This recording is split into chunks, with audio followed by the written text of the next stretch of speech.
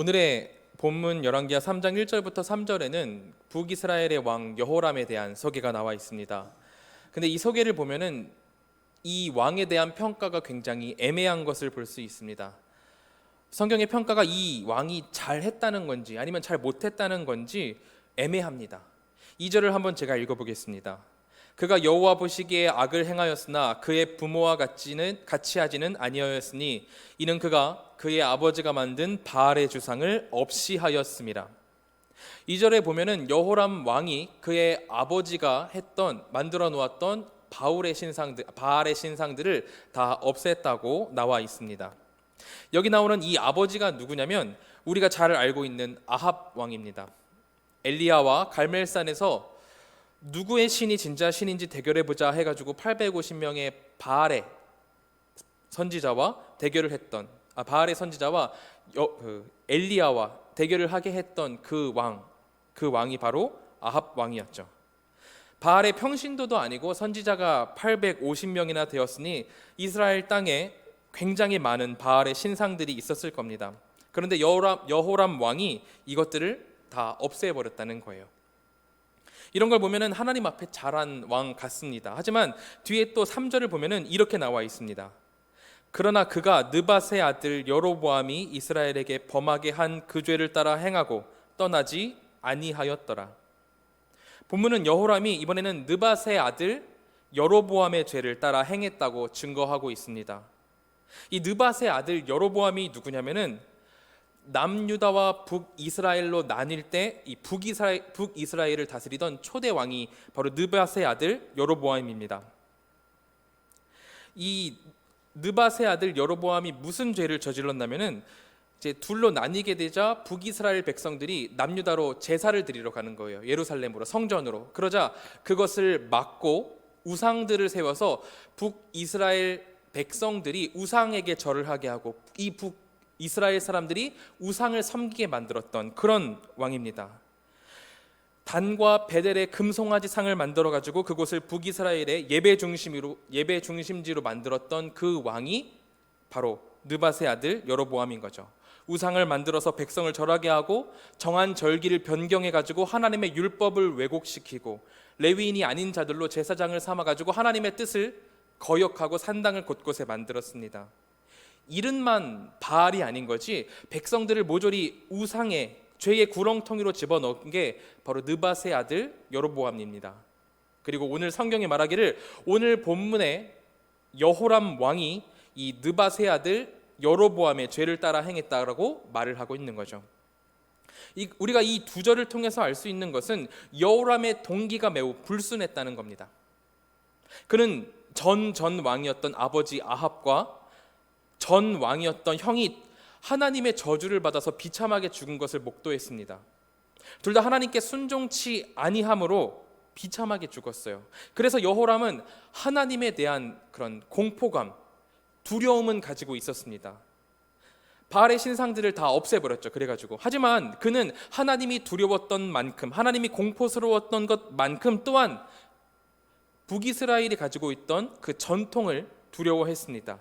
그동안 관성적으로 해오던 것을 싸워가면서 뒤집을 만한 힘도 없었고 그런 것들을 두려워했던 거예요.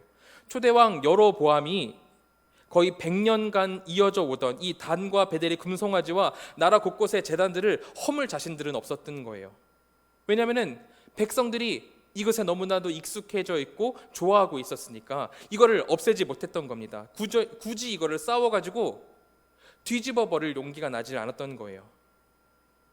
하나님의 눈치도 보면서 또한 정치적인 시선들도 눈치를 보았던 사람인 겁니다.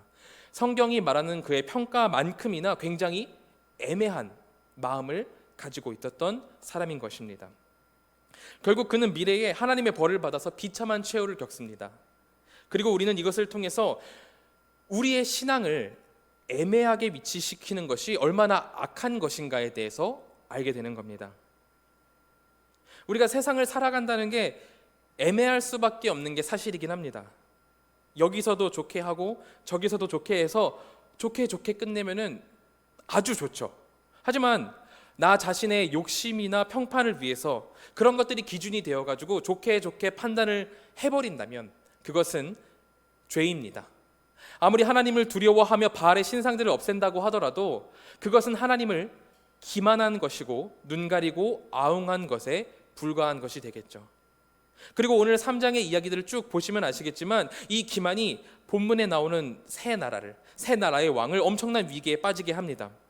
세 나라의 왕들이 길에서 그냥 객사할 수 있을 정도로 위기를 겪게 만들죠. 이것을 기억하면서 하나님과 세상을 동시에 섬기는 것이 아니라 오직 하나님을 신뢰하며 우리의 판단 기준을 하나님으로 고정하여 애매한 곳에 위치시키지 않는 우리 모두가 되기를 소망합니다. 다시 본문으로 돌아가면 사건이 하나 발생합니다. 오늘 여호람이 크게 분노를 하는 사건이 일어나요. 속국이었던 모압이 원래는 북이스라엘에게 새끼 양 10만 마리와 숫양 10만 마리 분의 양털을 공나무로 바쳤었거든요. 그런데 여호람의 아버지였던 아합 왕이 죽은 이후에 이것을 끊어버린 거예요. 물론 인간적인 마음에서 이게 아깝기도 하고 되찾아야겠다는 생각이 드는 것도 당연하긴 합니다. 하지만 문제는 북이스라엘과 남유다의 진짜 주인이 누구냐는 겁니다. 이 이스라엘 공동체의 진짜 주인이 누구냐는 거예요. 우리가 잘 알고 있다시피 이 백성들의 주인은 오직 하나님이십니다. 하나님께서 가라 하면 가는 거고 하나님께서 멈춰 서라 하시면 멈춰 서야 하는 게 이스라엘 공동체란 말입니다. 그런데 오늘 여호람이 군사를 일으켜 모압을 다시 치려고 하는 근원에 하나님이 계시지 않는다는 게 문제가 되는 겁니다. 여호람을 움직였던 것은 물질이었습니다. 양털이었어요. 하나님께서 여호람도로 모압이 하나님을 욕되게 하였기 때문에 모압을 치라고 하셨던 것도 아니었고 출정을 하면서 하나님께 이게 맞습니까? 이렇게 가도 되겠습니까? 라고 묻는 것도 아니었습니다. 그런 신용조차 없었어요. 오롯이 자기의 힘, 자기의 권세, 그것이 오늘 여호람 왕의 동기였죠. 저 나라가 우리를 배반했어? 안 되겠어. 본때를 보여줘야겠어. 이런 인간적인 욕심이 근원에 있었던 겁니다. 그것은 3장의 절들을 계속하면서 더 확실해집니다. 이번에는 혼자 가면은 또 질 수도 있으니까 유다의 왕에게 사신을 보내가지고 같이 모압을 치러 가자고 얘기를 합니다. 근데 또 유다 왕 여호사밧은 좋다고 내가 올라가겠습니다. 내가 당신과 같고 내 백성은 당신의 백성과 같고 내 말들도 당신의 말과 같습니다. 이러면서 좋다고 따라갔어요. 여기에 에서의 후예들인 에돔까지 붙어가지고 세 나라가 연합을 맺고 모압을 향해서 나아가게 되는 겁니다. 세 나라가 연합을 짰으니까 막강해 보여요. 두려울 게 없어 보입니다. 거기다 8절을 보면 이렇게 나와 있습니다. 여호람이 이르되 우리가 어느 길로 올라가리이까 하니 그가 대답하되 에돔 광야길로 이니이다 하니라. 전쟁에 있어서 중요한 것은 아마도 군사들, 병력, 물자 그리고 전략일 겁니다. 세 나라가 모였으니 군사들과 물자는 굉장히 빵빵하게 잘 준비가 됐을 거예요. 그런데 오늘 8절에 보니까 전략도 굉장히 좋았어요. 원래 이스라엘에서 모압을 치러 가려면은 그 요단강을 건너서 사해 위쪽에 있는 요단강을 건너서 치러 가는 게 정석적인 이야기입니다. 왜냐하면은 이 사해 밑쪽으로는 굉장히 산세가 험해서 지형이 험해가지고 지나가는 것 자체가 일이기 때문에 요단강을 건너서 가는 것이 일반적인 거였어요. 그렇기 때문에 모압이 군사를 주로 어디다가 뒀겠습니까? 요단강 근처에다가 군사들을 모아두고 단단하게 대비를 하고 있었을 거예요. 그래서 이 세 연합군이 무슨 전략을 짜는 거냐면은 사해 밑쪽으로 해서 험한 산세를 뚫고 가려는 거예요. 거기는 군사들이 별로 없을 테니까. 이렇게 세 나라가 모였고 물질도 충분하고 전략도 좋았습니다. 그런데 이 구절들을 계속해서 읽어나가면서 이상한 건 이 중심에 하나님이 없는 거예요. 세 나라 모두가 이삭의 후예들입니다. 하나님의 은총 아래에 있었던 자들이에요. 그런데 전쟁을 시작하는 이 기승전결에 하나님이 없습니다. 자기들끼리 신나서 좋다 하고 북치고 장구치고 있는 거죠. 이들이 결국 어떻게 됐는지를 보시죠. 9절입니다. 제가 읽겠습니다. 이스라엘 왕과 유다 왕과 에돔 왕이 가더니 길을 둘러 간지 7일에 군사와 따라가는 가축을 먹일 물이 없는지라. 제가 이들이 만일 멍청한 전략을 짠 건 아닌가 싶어가지고 성경 지리책들을 여러 가지를 찾아봤는데 이곳이 산세가 굉장히 험하긴 해도 물이 나지 않는 곳은 아니라고 합니다. 그렇기 때문에 이들이 물 걱정 없이 이 험한 길을 뚫고 가기로 전략을 세웠겠죠. 그런데 이들이 7일 동안 길을 가는 동안 물을 발견하지 못한 거예요. 원래 어렵기는 해도 물은 찾을 수 있던 곳인데 물이 아예 싹 다 마를 동안 물을 발견하지 못한 것입니다. 낭패인 거죠. 모압에 도착하기도 전에 위기에 처한 겁니다. 그제서야 이스라엘 왕이 이제 한마디 합니다. 10절에 이렇게 나와 있습니다. 슬프다, 여호와께서 이 세 왕을 불러 모아 모압의 손에 넘기려 하시는도다. 이들의 전쟁의 동기, 전쟁을 준비하는 과정, 전쟁의 그 전략 구상, 이 모든 것에서 이들에게 하나님은 존재하지 않는 것 같았었습니다. 하나님은 뒷전이었어요. 이 모든 순간에 하나님의 이름이 전혀 들어가질 않았습니다. 자신만만하게 세상적인 힘과 물질 그리고 지식을 가지고 완벽하다 하면서 나아갔지만 하나님이 없을 때 그들이 맞닥뜨린 것은 간단한 물조차 찾지 못하는 현실이었던 겁니다. 이것을 겪고 나서야 하나님께 이제 와서 하나님께 아쉬운 소리를 하고 있는 것입니다.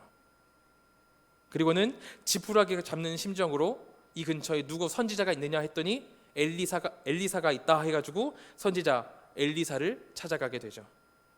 그들이 망해가지고는 엘리사를 찾아가자 엘리사가 말을 합니다. 13절입니다.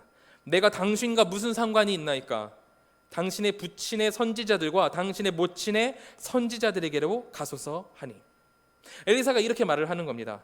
당신의 부모 아합과 이세벨이 나의 스승 엘리야를 그렇게 죽이려고 혈안이 돼가지고 쫓아다녔고 하나님의 말씀을 무시했습니다. 그리고 당신도 이 세 왕도 하나님을 전혀 찾지 않고 이렇게 일을 이 지경으로 벌여놓고서는 지금 무엇을 바라며 이곳까지 온 거냐면서 퉁명스럽게 대답을 하고 있는 거죠.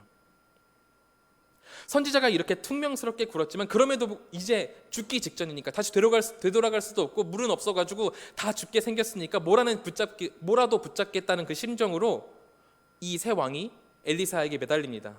그래서 엘리사는 마지못해 이들을 도와주기로 하죠. 여기서 재미있는 부분은 엘리사가 이들에게 한 가지 요구를 하는데요. 검은 고 타는 자를 불러달라고 합니다. 그리고 이 장면을 성경이 증언하기를 검은 고를 탈 때에 여호와의 손이 엘리사 위에 있더라라고 묘사를 합니다.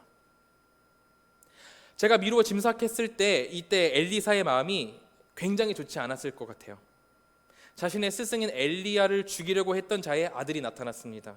그리고 유다의 왕은 쫄래쫄래 따라와가지고 같이 이렇게 망해가고 있어요. 이들이 출정을 하면서 하나님의 뜻을 물어본 것도 아니고 하나님의 뜻대로 되어진 것들이 아무것도 없었습니다. 얼마나 악하고 답답했겠어요. 그때 하나님의 선지자로서 이 광경을 보면서 이 엘리사의 마음이 얼마나 참담했을까요? 하나님께서 스승인 엘리야 선지자를 통해 가지고 이스라엘 공동체가 수없이 하나님께로 돌아오라는 말을 했습니다. 회개하라는 말을 했습니다. 수많은 이적들을 보이시고 이 세상에 참신은 오직 하나님밖에 없다는 것을 누누이 말씀하셨어요.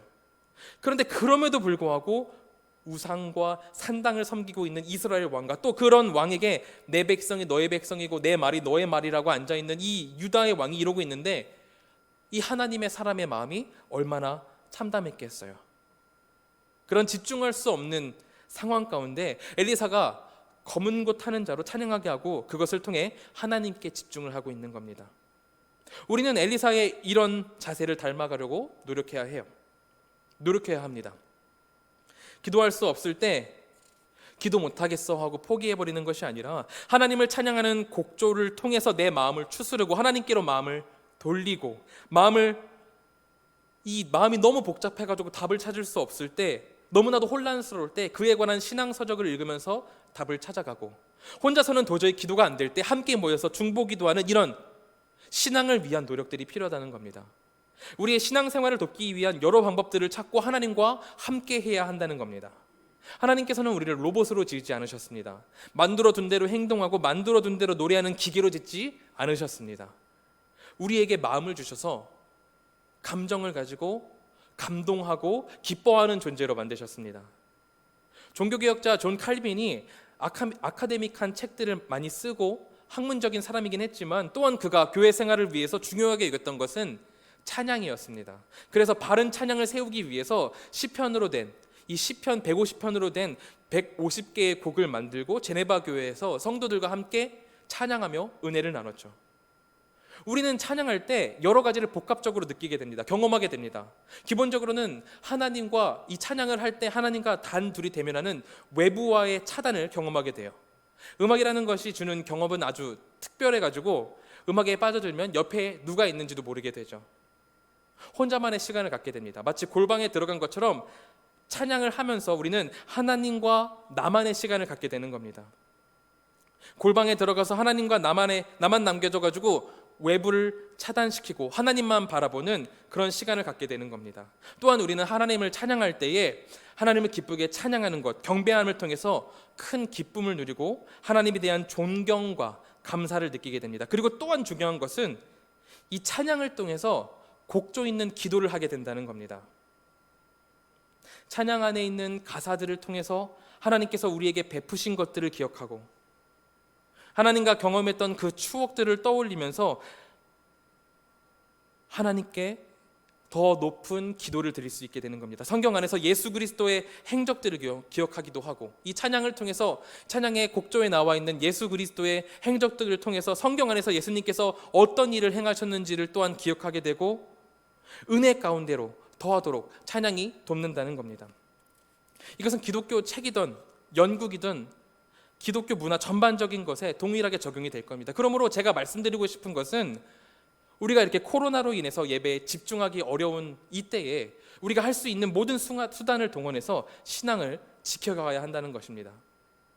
매우 좋은 시대이잖아요. 핸드폰만 있으면 됩니다. 핸드폰만 있어도 찬양을 듣고 기독교 영상을 볼 수 있고 디지털 책도 볼 수 있습니다. 이 모든 것들을 동원해서 우리의 신앙을 지키는 우리 한가람 성도님들 되시기를 소망합니다.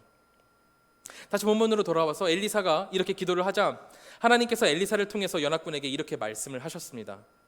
구덩이를 많이 파라는 거예요. 그러면은 여호와께서 이르시기를 너희가 바람도 보지 못하고 비도 보지 못하되 이 골짜기에 물이 가득해서 너희와 너희 가축과 짐승이 마시리라. 이렇게 약속을 주셨습니다. 하나님께서 이렇게 약속을 주시긴 주셨는데 우리가 기억해야 될 것은 이게 얼마나 말이 안 되는 이야기인지를 아셔야 됩니다. 세 나라의 연합군이 그 수가 엄청날 겁니다. 그 수가 어마어마한 대군입니다. 그들이 7일 동안은 물을 찾지 못했어요. 이 광야가 얼마나 척박하고 무더웠겠어요. 끝이 보이지 않는 광야가 쭉 펼쳐져 있는 곳에서 답을 찾지 못해가지고 엘리사를 찾아온 거란 말이죠. 그런데 엘리사가 검은 옷 하는 자를 불러달라고 하더니 갑자기 구덩이를 많이 파라는 거예요. 구덩이를 뭐 1개 파라, 2개 파라, 3개 파라 이렇게 답을 적어준 것도 아닙니다. 그냥 많이 파래요. 답이 정해져 있지 않습니다. 7일 동안 물도 마시지 못하고 억지로 지금 군사들을 이끌고 여기까지 온 건데 지금 물을 마시지 못해가지고 죽을 둥 살둥해서 한 발자국 옮길 힘도 없을 텐데 구덩이를 파라는 거예요. 여기 제가 아까 지형이 굉장히 험한 곳이라고 그랬잖아요. 병사들이 살인적인 행군을 해가면서 여기를 온 겁니다. 왜 우리가 군대에서 행군을 할 때 마지막 행군을 할 때 뒤에 30km 정도 되는 행장을 메고 이제 가는데 맨 처음에 그 행장을 들고 서 있지조차 못합니다. 이제 겨우 이게 익숙해졌다 싶으면은 걷기 시작하는데 몇 시간 동안 걷는 거예요. 그것만 해도 죽을 것 같은데 지금 오늘 성경에서 이 험한 길을 7일 동안 물도 제대로 없이 행군을 해온 거예요. 그렇기 때문에 이들 가운데에 아니 대체 구덩이를 파는 게 무슨 소용이길래라는 생각이 머릿속을 가득 메웠을 겁니다. 상식적으로도 여기가 고지대이기 때문에 물을 파서 지하수를 파낸다 이것도 말이 안 되는 이야기입니다. 아마 울며 겨자 맞기로 그냥 계속해서 땅을 팠을 거예요. 입에 욕을 달면서 어휴 하면서 땅을 팠겠죠. 그래요. 뭐 어쨌든 하나님의 명령에 순종해서 땅을 팠습니다. 순종해서 땅을 팔 수는 있어요. 그러면은 물이 주어져야 되잖아요. 그런데 성경에 보면은 물이 바로 주어지지 않습니다. 안 나와요. 뭐야 이게 단가? 땅을 팠는데 물은 언제 나오는 거야? 아니 엘리사야가 말하기를 18절에 보면은 이것은 여호와께서 보시기에 작은 일이라 여호와께서 모압 사람도 당신의 손에 넘기시리니라고 그랬는데 지금 모압 사람은커녕 물도 하나 얻지 못하고 이러고 있습니다. 이게 무슨 소린가? 이거 사기당한 건 아닌가 하는 생각이 머릿속을 가득 메웠을 거란 말이에요. 그래, 그러면은 오케이, 그러면은 기다리면은 주시겠지. 1시간이 지나고 2시간이 지나고 밤이 깊고 잠들 때가 되어가지고 잠들 때가 돼서도 물은 아무런 소식이 없었습니다. 밤이 늦었으니까 일단 자자 하고 잠이 들어요. 그래요. 그래, 내일 아침에는 그러면 물이 있겠지. 아침에 눈을 뜨고 설레는 마음으로 밖을 나갔는데 물이 있었을까요? 여전히 물이 없었습니다. 이들이 얼마나 절망스러웠을까요? 하나님께서 우리를 진짜 버리셨나 보다, 이런 생각이 들 때쯤 이 긴 이야기가 시작되고 처음으로 제사에 대한 이야기가 나옵니다. 이곳에 엘리사가 함께 해서였었는지 아니면 하나님께 정말로 마지막으로 발악을 해보자 이래가지고 제사를 드렸는지는 모르겠지만 3장 전체에서 처음으로 제사 이야기, 예배 이야기가 나옵니다. 그리고 예배할 때 사건이 벌어집니다. 20절입니다. 아침이 되어 소제 드릴 때에 그때에 물이 에돔 쪽에서 흘러와 그 땅에 가득하였더라.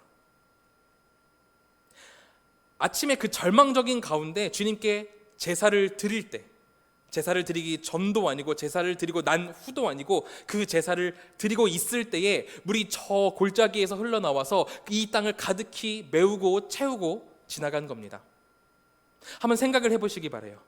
어제 땅에 구덩이를 많이 파라고 하셨잖아요. 그 구덩이 위로 물이 가득히 채우고 지나간 겁니다. 많이 파놓은 그 구덩이 위로 물이 가득 지나갔기 때문에 그 구덩이마다 물이 한가득씩 채워져 가지고 세 나라가 모인 이 연합군과 그들이 데려온 가축 모두가 물을 마실 수 있게 된 거죠. 그뿐만이 아닙니다. 22절입니다. 아침에 모압 사람이 일찍 일어나서 해가 물에 비침으로 맞은편 물이 붉어 피와 같음을 보고 이르되 이는 피라, 틀림없이 저 왕들이 싸워 서로 죽인 것이로다. 모압 사람들아 이제 노력하려 가자 하고, 하나님께서 주신 웅덩이에 물이 고이고 어스름한 새벽이 되니까 이제 붉은 해가 떴겠죠. 붉은 해가 떠가지고 웅덩이에 비치자 저 멀리서 모압이 봤을 때는 이게 피 웅덩이 같은 거예요. 그래서 모압에서는 야, 이때다. 새 연합군이 목도 마르고 하니까 서로 싸우다가 서로 죽이고 피 웅덩이가 만들어졌나 보다. 지금이 타이밍이다. 지금 빨리 가서 저들을 치고 노력해야 된다라고 생각을 한 거죠. 그렇게 모압이 방심한 마음을 가지고 들어왔을 때 성경은 이스라엘 연합군이 모압을 치고 성읍을 쳐서 헐고 돌을 던져 좋은 밭을 망치고 샘을 다 메우고 좋은 나무를 베는 등 대승을 거두게 되었다고 증언을 합니다.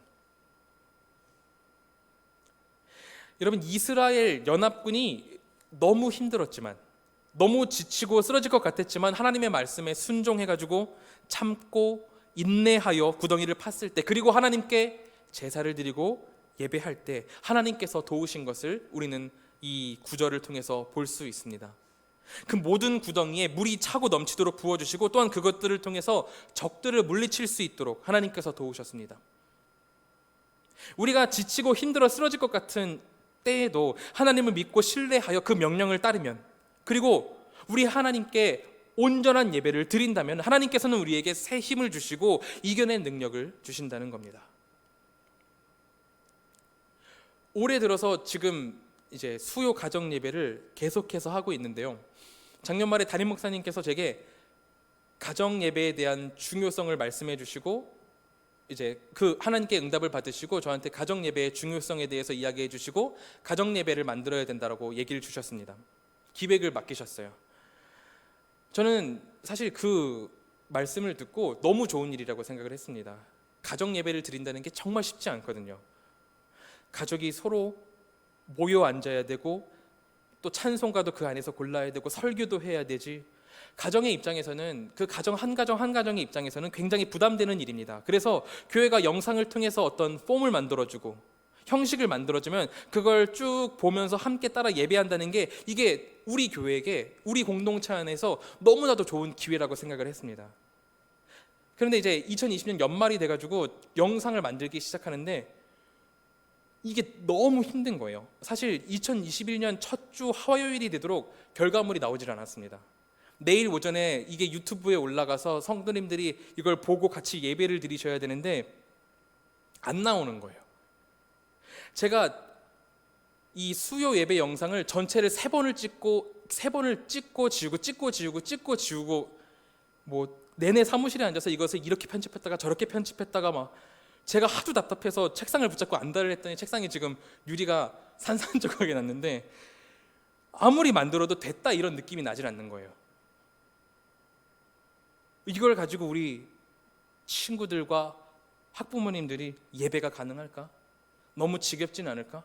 너무 빠른 건 아닌가? 너무 유치한 건 아닌가? 너무 어려운 건 아닌가? 한치 앞도 모르겠는데 그래도 이게 하나님의 뜻이라고 생각을 해서 그래도 하나님께 순종하는 마음으로 그냥 열심히 계속 팠습니다. 계속 파서 수요일에 결과물을 올렸습니다. 그리고 시간이 좀 지나서 이제 제게 딱 한 가정이 피드백을 주셨어요. 딱 한 가정이 직접 영상을 찍어서 피드백을 보내주셨는데 영상에 단순한 영상이었습니다. 아이들이 그 수요 예배 영상을 보면서 예배하고 있는 간단한 클립이었어요. 그런데 저는 그게 열심히 파도온 구덩이에 하나님께서 물을 깊게 채워주신 그런 느낌이었습니다. 제가 편집한 수요 예배 영상이 뭐 최고다 이런 말이 아닙니다. 더 수정되어야 되고 발전해야 되죠. 우리가 더 노력을 해가지고 더 완성도 있게 만들어 가려고 노력을 할 겁니다. 하지만 이 영상을 통해서 예배를 드리고 있다는 것은 이 예배를 드리고 있다는 이 간단한 영상 피드백이 제게는 이게 정말 될까? 이게 정말 가능할까 하면서 혼자 되뇌이며 기도하며 팠던 수많은 구덩이에 하나님께서 은혜의 물을 채워주신 그런 느낌이었다는 겁니다. 그 전까지 저 혼자 의혹도 있었고 힘들 것도 있었는데 그 영상 하나로 이 보내주신 피드백 하나로 채워짐을 느끼고 가정 예배가 나아가야 될 방향을 인지하고 은혜를 체험했다는 겁니다. 여러분 코로나 시기잖아요. 어렵습니다. 많이 어려우실 거라 생각이 돼요. 우리 성도님들 누구에게나 마치 물이 떨어지고 힘에 겨워서 헐떡거리는 그런 시간을 보내고 계실 거라고 생각이 됩니다. 지치고 힘들죠. 하지만 그럼에도 불구하고 제가 우리 성도님들께 말씀드리고 싶은 것은 이때에 우리가 더 구덩이를 파두어야 된다는 것입니다. 하나님께서 우리 보고 지금 이때에 이 어려운 시기에 구덩이를 많이 파라고 명령을 하고 계시다고 말씀드리고 싶은 거예요. 그런데 지금 우리가 그 말씀에 순종하지 않고 구덩이를 파놓지 않으면은 하나님께서 명령하신 대로 그 구덩이를 파놓지 않는다면 하나님께서 후에 코로나를 치우시고 코로나에서 회복시키시고 예배를 회복하신 후에 은혜의 물이 가득하게 물이 흘러가게 하실 텐데 그때 파놓은 구덩이가 없어가지고 그 은혜의 물이 그냥 다 쓸어가 버리도록 두고 볼 수밖에 없게 된다는 겁니다. 하나님께서 은혜를 막 부어주셔도 그 은혜를 담을 구덩이가 없게 돼가지고 그 구덩이가 하나가 없어가지고 그냥 두고 볼 수밖에 없게 된다는 거예요. 그러므로 우리 한가람 모든 공동체의 여러분, 사랑하는 우리 공동체 여러분, 구덩이를 파시기를 소망합니다. 바랍니다. 찬양이든 신앙서적이든 기독교 영화든 우리가 할 수 있는 모든 것들을 다해서 열심히 구덩이를 파야 해요. 지금은 그런 때라고 생각을 합니다. 왜 이렇게 우리가 어려운 일을 겪게 되는지는 알 수 없지만 그럼에도 명령대로 구덩이를 열심히 파야 하는 그런 때라고 생각을 합니다. 영상으로 예배드리는 거 쉽지 않죠. 이거 영상으로 예배드리기 위해서는 마음도 잡아야 되고 자세도 잡아야 되고 노력을 해야 됩니다. 혼자서 성경 보는 거 쉽지 않습니다. 하지만 그럼에도 불구하고 노력하고 가정 예배가 쉽지 않지만 그럼에도 불구하고 더 모여서 가족끼리 예배드리려고 노력을 해야 하는 그런 때라는 거예요. 그 모든 것들을 통해서 구덩이를 파야 하는 때라는 것입니다. 우리가 이렇게 구덩이를 많이 파놓으면 하나님께서 이 모든 것들을 회복시키시고 난 후에 분명히 그 은혜의 물을 우리에게 부어주셔서 그 모든 구덩이에 물이 가득하시도록 인도하실 것입니다. 이 은혜의 물을 깊이 담아내는 우리가 되기를 소망합니다. 하나님께서 분명히 회복하시고 채우실 것입니다. 그것을 신뢰하며 함께 나아가는 사랑하는 우리 한가람 공동체가 되기를 소망합니다.